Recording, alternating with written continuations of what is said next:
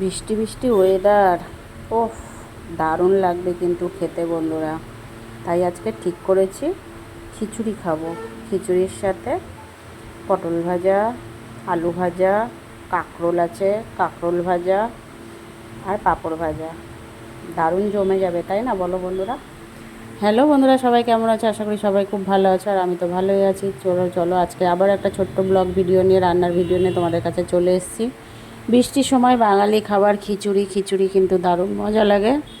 আজকে খিচুড়িটা বেশ আগে ডালটা ভেজে নিয়েছি। মুগ ডালটা কিন্তু এমনভাবে ভেজেছি যেন না পুড়ে যায় ডালটা। খুব বেশি লাল লাল করব না, হালকা হালকা জাস্ট ব্রাউন কালার হবে সেরকমভাবেই ভাজবো। ভেজে রেখে দিয়েছি। আর দেখো, হাঁড়িতে জল দিয়ে দিয়েছি পরিমাণ মতন। এমনভাবেই জলটা দিয়েছি, জলটা যেন কম না হয়, একটু বেশি করেই জল দিয়েছি। কেন কি খিচুড়ি হতে হতে যদি জলটা শুকিয়ে যায়, তারপরে কিন্তু জলটা দিলে কিন্তু সেই টেস্টটা আর হয় না। সেই জন্য একটু বেশি করেই জল দিয়ে দিয়েছি। জলটা গরম করে নিয়েছি, তারপরে জলের মধ্যে নুন হলুদ পরিমাণ মতন দিয়ে দিয়েছি। আলুগুলোকে দেখো বেশ বড় বড় ডুমো ডুমো করে কেটে কেটে ভেজে নিয়েছিলাম লাল লাল করে, সেটাও দিয়ে দিলাম। ডাল চাল দিয়ে দিয়েছি। এবার বেশ কিছু সময় ফুটে উঠবে, তত সময় আমি মশলাটা করে নেব। আর দেখো, যখন যখন খিচুড়ি রান্না হবে না, একটু কিন্তু জলটা বেশ ফুটিয়ে নিয়ে ডাল চালটা দিলে বেশ ভালো হয়। এদিকে দেখো, পটল আর কাঁকরোলটা নুন হলুদ একটু মিষ্টি দিয়ে ভালো করে মাখিয়ে রেখে দিয়েছিলাম, বেশ মজে গেছিলো। কড়াই তেল গরম করে এই পটল কাঁকরোলটা ভেজে নিচ্ছি, আর একদম গ্যাসটা কম করে দিয়েছি। ঢেকে ঢেকে রান্নাটা করে নেব। তো চলো, এদিকে মশলাটা করে নিয়েছি। হাফ ইঞ্চির মতন আদা, কয়েকটা কাঁচা লঙ্কা আর একটা হচ্ছে টমেটো, ছোটো সাইজের টমেটো পেস্ট করে নিয়েছি। এখানে দেখো 1 গামলা পাঁপড় ভেজে যায়। জানো তো বন্ধুরা, আমরা কিন্তু খিচুড়ি খেলে কিন্তু পাঁপড় ভাজাটা একটু বেশিই খাই। তো যাই হোক, 1 গামলা পাঁপড় ভেজে নিয়েছি। কে কে খেতে পছন্দ করো সেটাও কমেন্ট বক্সে জানিয়ে যাও। এখানে হচ্ছে চাকচাক করে আলু ভেজেছি। বলেছিলাম কি ঝিরিঝিরি করে আলু ভাজি, বলছে না, খিচুড়িতে কিন্তু চাকচাক আলু ভাজাটাই বেশি পছন্দ হয়। তো যাই হোক, চাকচাক করে আলু ভেজে নিয়েছি। আলু ভাজায় কিন্তু সামান্য একটু মিষ্টি দিয়েছি, নুন দিয়েছি, লঙ্কার গুঁড়ো দিয়েছি, দিয়ে মাখিয়ে রেখেছিলাম। বেশ জমে গেছিলো, তখন কিন্তু দিয়েছি। এদিকে দেখো, খিচুড়ি প্রায় শেষ পর্যায়ের দিকে চলে এসছে। আর কিছুক্ষণ পরই খিচুড়িটা নামিয়ে নেব। আলু ভাজাটা হয়ে গেলে এখানে মশলাটা কষিয়ে নেব। যে আদা কাঁচা লঙ্কা টমেটোটা যে পেস্ট করেছিলাম, সেটা হচ্ছে কষিয়ে নেব। আর বৃষ্টির সময় কি খিচুড়ি খেতে কে কে পছন্দ করে সেটা কিন্তু অবশ্যই কমেন্ট বক্সে জানিয়ে যেও।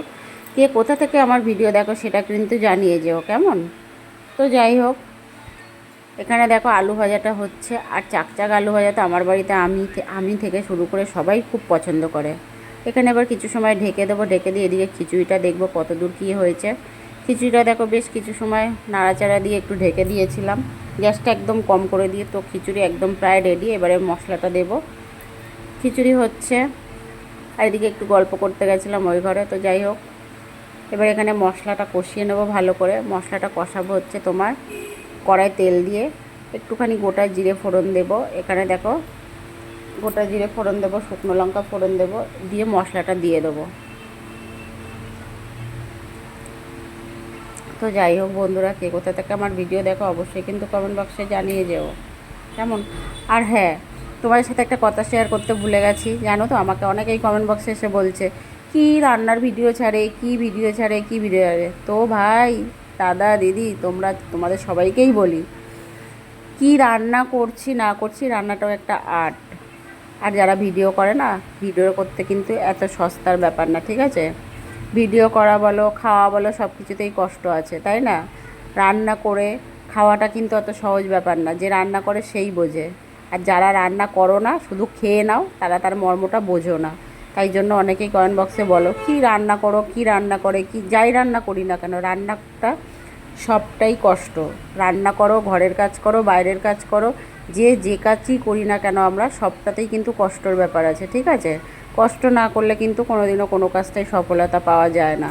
তো যাই হোক, আমরা ফেসবুকে যারা কাজ করতে এসেছি, কন্টেন্ট ক্রিয়েটার হতে এসেছি, অনেক ফেসবুকে যারা আমরা কন্টেন্ট ক্রিয়েটার না, তাদের অনেক স্বপ্ন নিয়ে আমরা ক্রিয়েটার হতে এসেছি।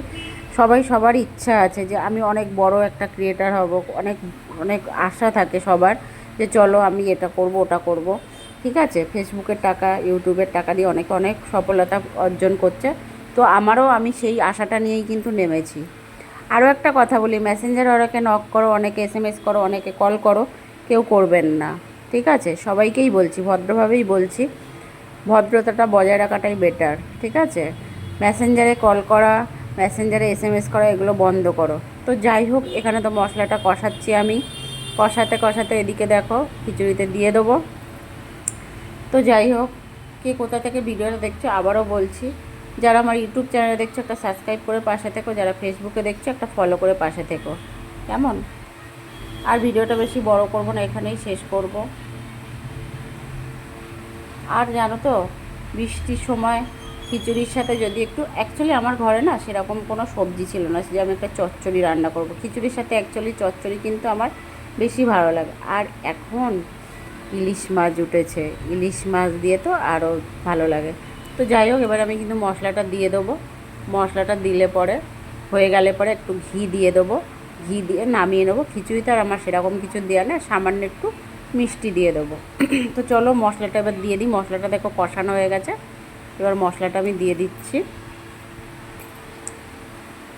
দেখো অনেকটাই কিন্তু মশলার কালারটা দেখছে তো কত সুন্দর এসছে বন্ধুরা, দারুণ এসছে কিন্তু কালার। তো যাই হোক, মশলাটা কষানো হয়েছে, এবার আমি দিয়ে দেবো।